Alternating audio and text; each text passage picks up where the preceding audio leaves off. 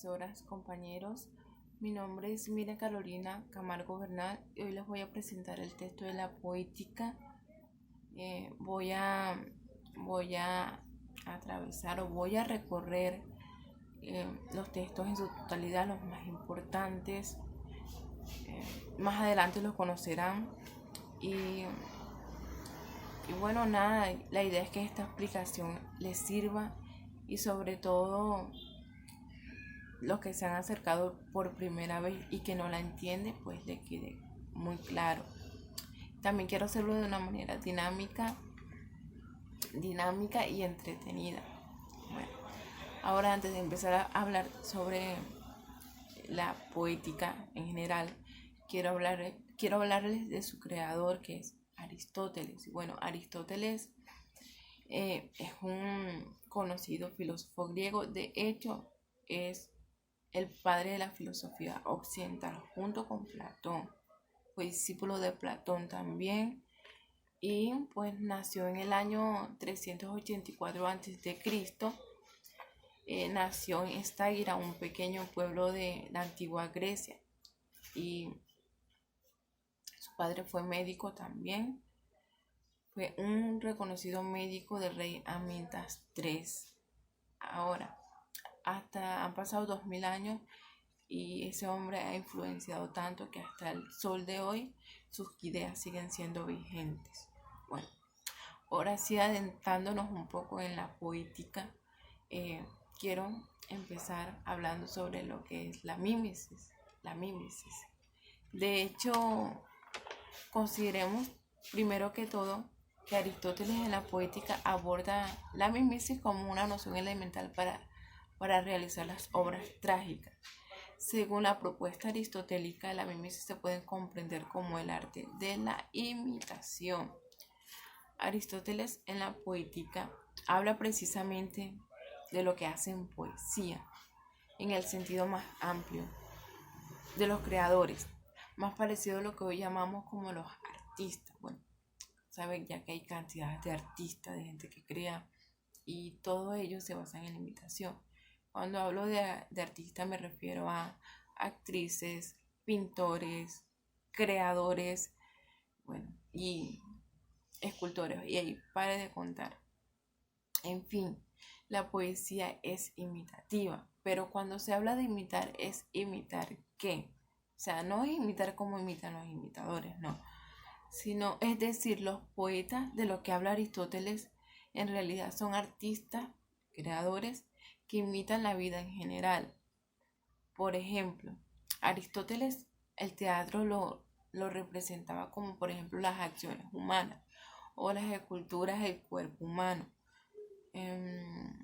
Las pinturas también, o sea, cuando un artista eh, refleja sus pinturas, por ejemplo, las batallas, como por ejemplo las obras de Arturo Michelena o, o por ejemplo las de Botero, o sea, todo se basa en una imitación, igual que la música, igual que la danza, todas son expresiones que se basan en la imitación. Y bueno,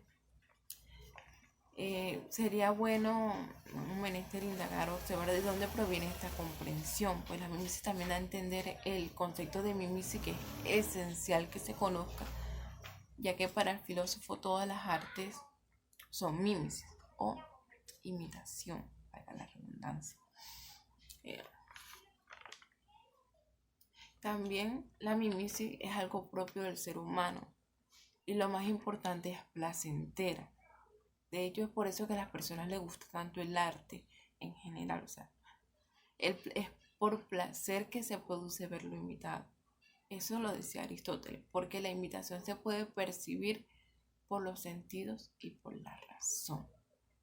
Ahora sí les hablaré sobre las partes de la poética que son, aparte de mímesis, les hablaré sobre la tragedia, más adelante sobre amartía, catarsis, peripecia y la ananorexia, que en eso se basa todo el libro o todo el texto de la poética. Bueno, por ahora les hablaré sobre la tragedia, bueno, toda la tragedia en general, que según Aristóteles él la divide en 6 partes. La divide en 6 partes que son la fábula, los pensamientos, los caracteres,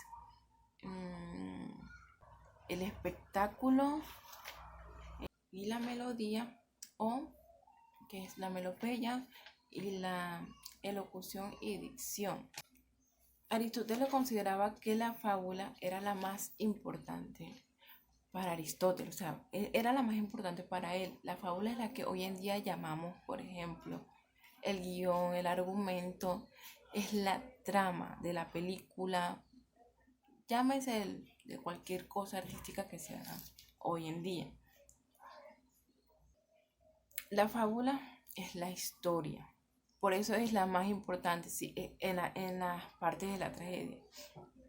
Entonces, si no hay fábula, no hay tragedia. Si tragedia, bueno, no hay fábula. La fábula a su vez está relacionada con otros elementos que ya son los personajes o los caracteres que ya, por ejemplo, los personajes, es decir, los caracteres son las personas que están en esa trama. Y si queremos saber de cómo actúan los personajes o qué pensamiento tiene, ahí entra el pensamiento.